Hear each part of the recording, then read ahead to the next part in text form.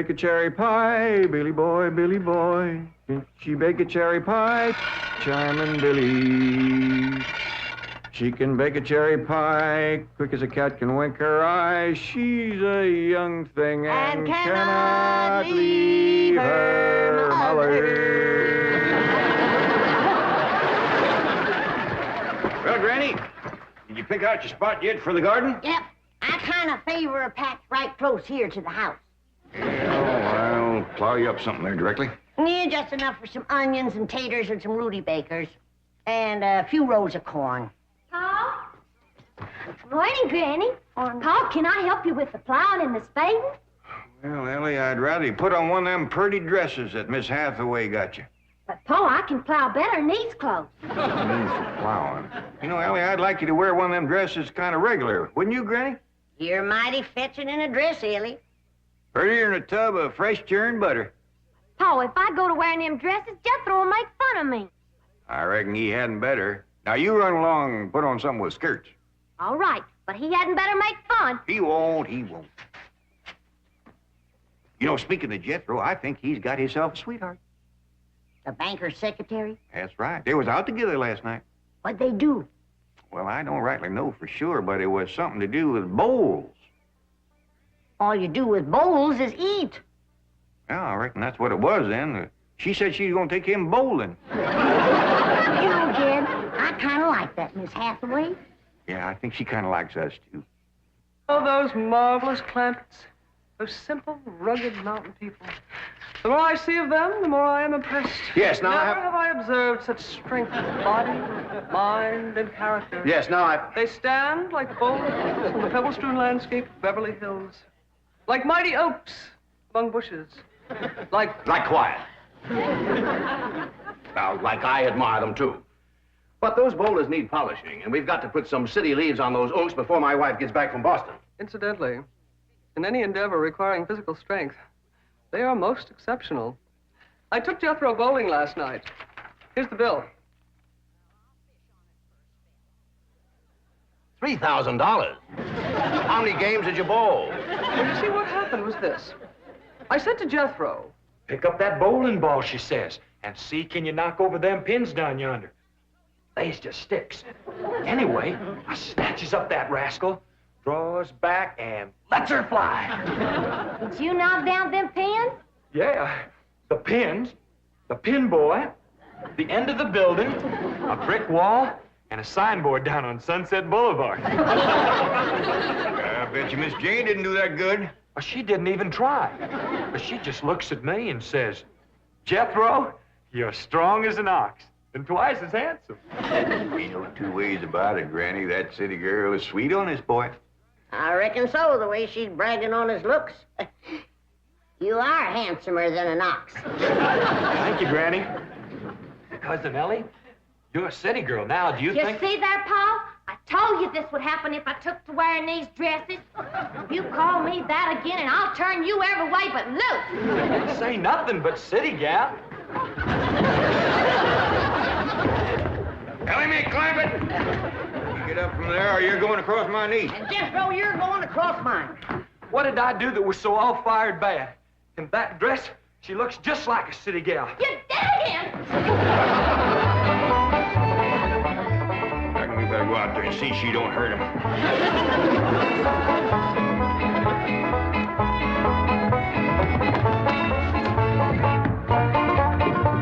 Ellie Mae! Maybe me, leave me be, Ellie Mae! Jethro, now that we living in the city, you got to learn to use the steps. You'll be happy to know that I'm making splendid progress with Ellie Mae. She's turning into quite a lady. Fine. But it's Jed, Granny, and Jethro we've got to work on. Clothes, manners, the works. What have you done about servants? That's a problem, Chief. They're basically opposed to the whole idea of able-bodied people letting others do their work for them. Well, that's a refreshing attitude.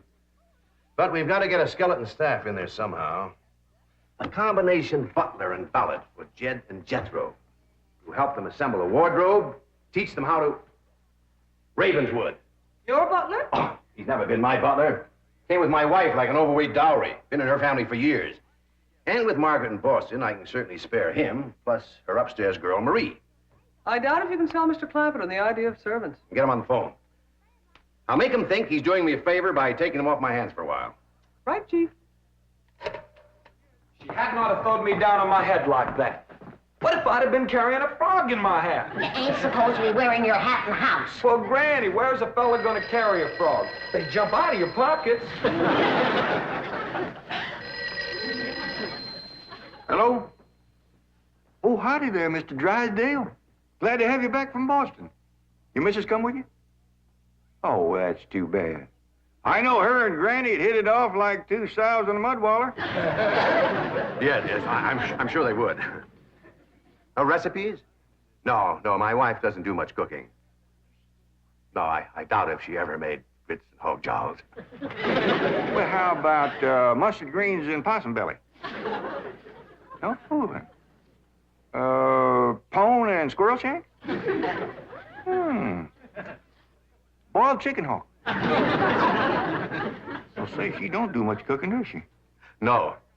Well, the reason I called Mr. Clampett is I have a butler. Well, he really belongs to my wife's family, but he's been with us ever since we were married. And I was wondering if you'd let him come and stay with you for a while. You mean board with us? Well, I guess you could call it that. Who's gonna board with us? Just a minute. Some kin of Miss Drysdale named Butler. Why we be just... That's that no good fat rascal that wouldn't let Ellie and me in to help Miss Drysdale when she was sobering out. Hello? Granny was talking at me, but she's done now. Oh, no, she ain't. Just a minute. Granny, let me hear the men out, and then we can talk it over. Yes, sir, Mr. Drysdale. I'm a-listening now.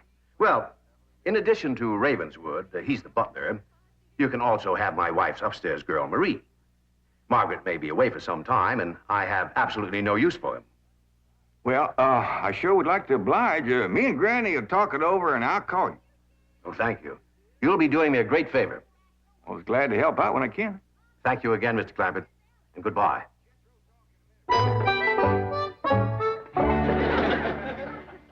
Is somebody coming to live with us, Uncle Jed? Maybe, Jethro, maybe. Why don't you go out and make up with your cousin Ellie? Okay, Uncle Jed. All right, Jed. Let's have it. We gonna board that butler fella? Well, Mr. Drysdale will take it mighty kindly if we did. He says he ain't got no use for him. I don't like him myself. Granny, you only met him once? Once was enough. I asked him real nice. I said, are you a-doing for Miss Drysdale that she's feeling poorly? Are you doing the washing and the scrubbing and the cleaning for her? And he looks right down his nose at me and says, Madam, I am a butler. I reckon he is proud of his name. Kind of fancy. Ravenswood Butler. I don't care if it's Stonewall Jackson. And I think Mr. Drysdale has a lot of gall to ask us to take his wife's kinfolks off his hands. Well, now, I'm mighty beholden to him. You know he's keeping my $25 million in his bank, and he ain't charging me one penny to do it. That's his business. You didn't ask him to do it. Well, now, Granny, if it was just Mr. Butler, I might agree with you, but there's a sad side to the story, too. What's that? Well, you've heard of Mr. Drysdale speak of his stepson. That's his wife's boy by her first marriage. The one they call Sonny? Yeah. Well, it seems she's got a girl, too. And there must be something wrong with her.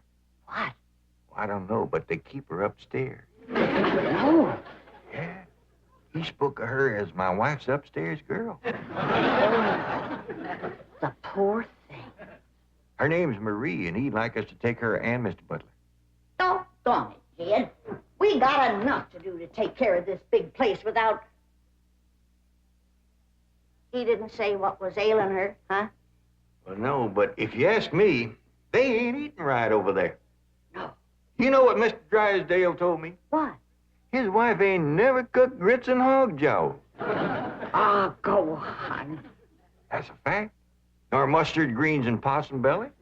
Nor pone and squirrel shank. Nor even boiled chicken hawk. Land of mercy.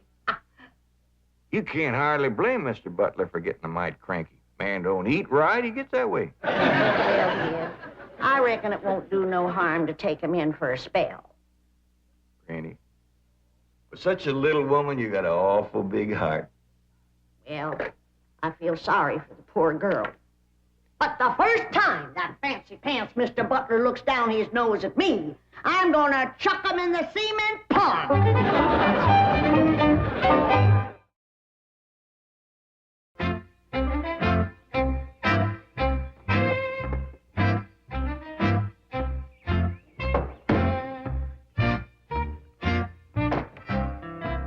Now, I'm doubling your salaries for the length of time you stay at the Clampett home.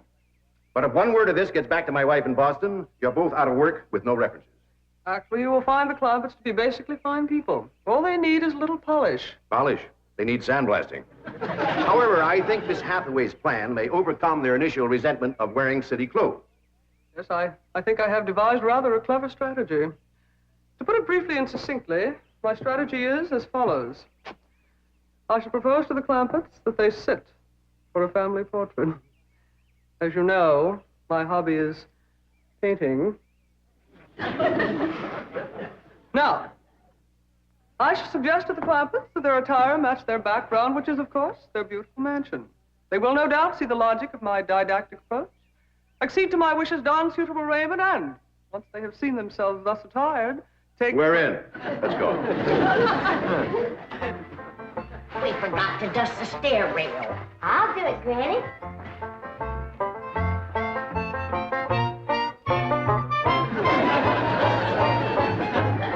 Thanks. Wearing boys' clothes does come in handy sometimes. Hi, Ginger Granny. I think we got her all spick and span for the company. They ain't a speck of dirt no place. Can I go swimming now? Me too? As soon as we help Granny clean up the kitchen.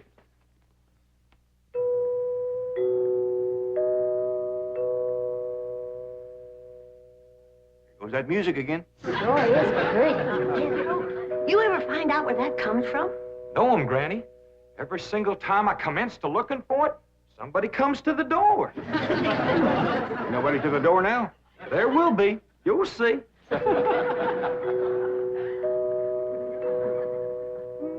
Doggies, that's nice. I'll pitch in and see can we find it. You're wasting your time. I'm a-telling you, before you can find it, somebody will come to the door. There, you see? Happens every time. Now remember, Ravenswood, I'm counting on you. Don't fail me. You have my word, sir.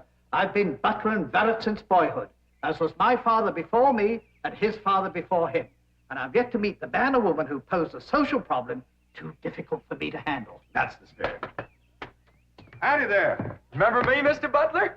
No! Ravenswood, come back! You gave your word! Come back, you coward!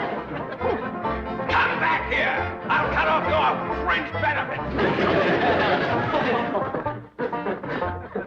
Ravenswood probably forgot something. He'll return shortly. Meanwhile, this is Marie, Mrs. Drysdale's upstairs girl. Marie, J.D. Clampett, Howdy. Jethro Bodine, Ellie Mae Clampett, and Grandma Clampett. No, ma'am. I am a Moses. Pardon? Granny's related on my wife's side. They's the Moses family from Tennessee. Then your name is Granny Moses? Grandma Moses. That's right. There was a very famous Grandma Moses who painted primitives. I've whitewashed a few myself. I'll show Marie to her room. Listen, Marie, honey. Over here, you've got the run of the house. You don't have to hide upstairs. Ain't nothing wrong with that girl, but want some good cooking will cure her. She's half starved. Poor thing is so weak her knees keeps a buckling on her. She's kind of pretty, though, for a skinny girl. Just wait till she gets a mess of Granny's grits and hog gels. That'll fill her out. Till I'll get some of cooking. Guess that butler fellow will be coming back directly. Oh, and Granny, can we have some of that salted down possum belly that Ma sent us? Well, I reckon it is kind of a company meal. Granny, open up a jar of them pickled crow gizzards. Now, Jed, we don't want to spoil these folks. They might get to thinking we eat like that every day. Baby, will you do something nice for me? Sure, Pa. Will you go get into that pretty dress again? Oh, Pa, Jethro will make fun of me. No, I won't, Ellie Mae. Cross my heart. Why, That's my darling. Thank you. And then you be real nice to Marie. She's had a bad life. I'll be nice to her. She's pretty. Let's all be nice. Heck, far. I wanted to go swimming. Now I gotta go put on an old dress. Cousin Ellie, you look awful pretty in a dress. Honest you do. Do I look pretty in that there city girl? You look prettier than that there city girl. That did it. Come on and fight. Ellie, come on, There's nothing to be afraid of, Raven. The fact that they're big and strong doesn't mean they're violent. Elephants can be gentle. Now, Ravenswood, your letting appearances deceive you. Oh, really, Oh, sir? I do admit on the surface they do seem a bit rough, even cruel. But I assure you underneath they are placid, kindly, and gentle. See? You shouldn't have called me a city girl. Ellie Mae, leave me alone, please, Ellie Mae. City girl.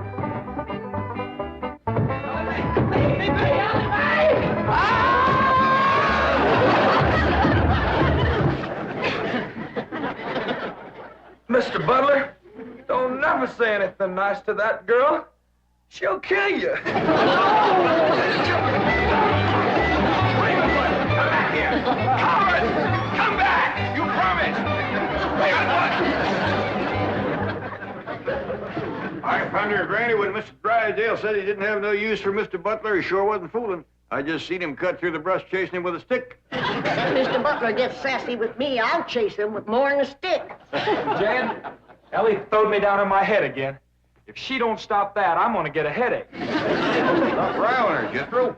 But golly, all I said was she's pretty. That ain't no call to bust a fella's head. Pardon.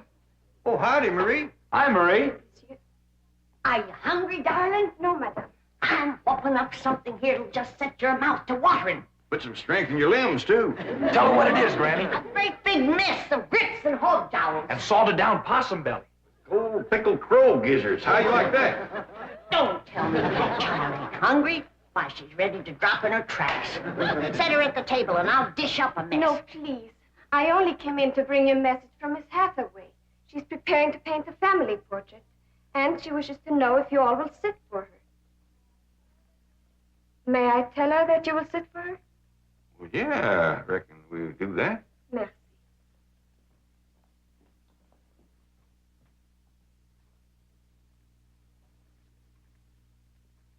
Well, let's get at it.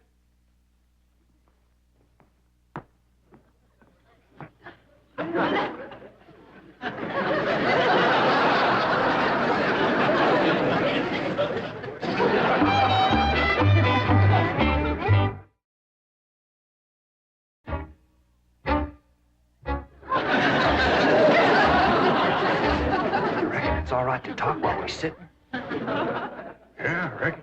Found out something about Marie. What? She's scared of Mr. Butler. How'd you know? I asked her to go swimming with me, and she says he wouldn't allow it. What business is it of his? That's what I says. And she says he's a butler, and I'm just an upstairs girl. I got to do whatever he says. We'll see about this. Ah, dingies. Let's hit Mr. Drysdale, find him, and give him a whooping. Oh, catch him, Granny. Harry, you go put a dress on like you promised. Uncle Jed, I'm going swimming. If I see him, I'll fetch him in. Don't go jumping in with your clothes on again. Oh, I won't, Uncle Jed. Miss Hathaway, she gave me a present last night. She says it's something special for her to go swimming in. What'd she give you? Oh, pair of trunks. You go swimming in a cement pond. Boy, it's too big to go swimming in a trunk. Ed, In a pair of them. I got a feeling that Mr. Butler feller is going to be trouble. Yeah, we can handle him. Well, I still say that I think Mr. Drysdale has a lot of nerve to ask us to board his wife's relations. Maybe he's just fed up. Man can get awful tired of having his wife's kin underfoot all the time.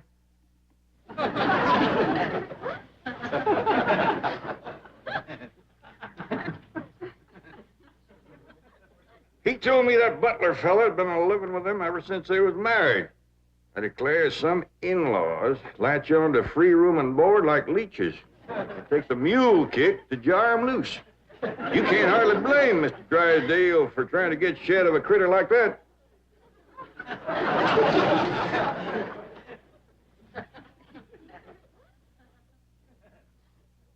Is that the way you feel?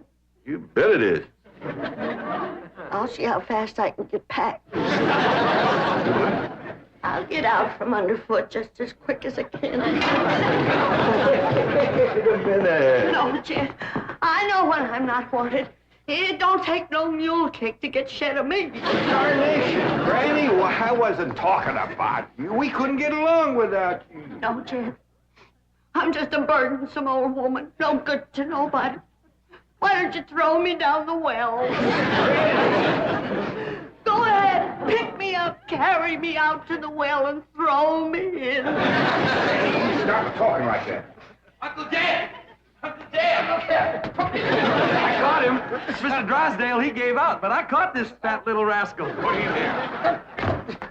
You gonna whip him, Granny? No, Jethro. I'm going to get thrown down the well. Why don't you throw us both down the well together? We're just no good leeches, both. Hush. Mr. Butler, I'm sorry Jethro got mighty rough with you. He don't mean no harm. He's just an overgrown boy. Now, we's all mighty pleasure to have you come and stay with us, and as long as you behave yourself, won't be no trouble. Oh, I'm Jed Clamper. Sir. This here's Granny. I reckon you and Jethro done met. Yeah. Sir. Oh, and this here's my daughter, Ellie Mae. Enchantée, mademoiselle. Vous êtes très belle, très charmant, très ravissant. Don't you dare use them kind of words to a lady. What do you say, Granny? I ain't sure, but it sounded dirty. You said your daughter was pretty and charming. Oh, you're so different from all the others. You're like a beautiful city girl. He had not have said that. Oh, Marie, Oui, Miss Jane. didn't you say the Clampetts had agreed to sit for their portrait? Oui. They said they would do it. Really? What is this? I believe it to be self-preservation, madam. No!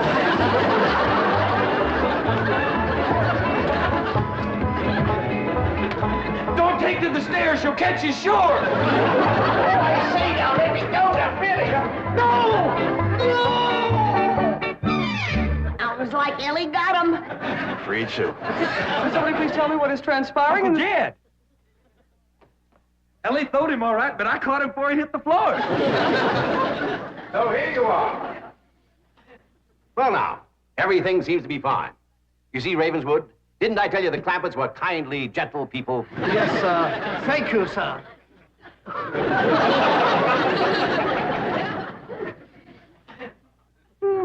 We're gonna have to feed up both of them, Granny. His knees is buckling, too.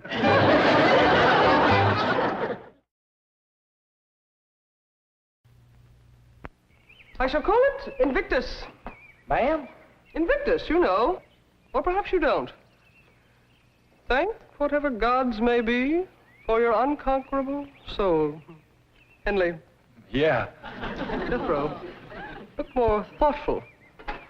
That's really a little more than I... Ellie Mae's got Kellogg's cornflakes. Well, so she has, but she's not putting on a face like that. Well, no. She's got Kellogg's cornflakes. I ain't. You don't have to look quite so sad. You may have some cornflakes as soon as I'm through with the sketch. Unless they're all gone. Do you remember if there's another box? Great! Hold it! K-E-double-L-O double good Kellogg's best to you. The Beverly Hillbillies has been presented by Kellogg's Corn Flakes.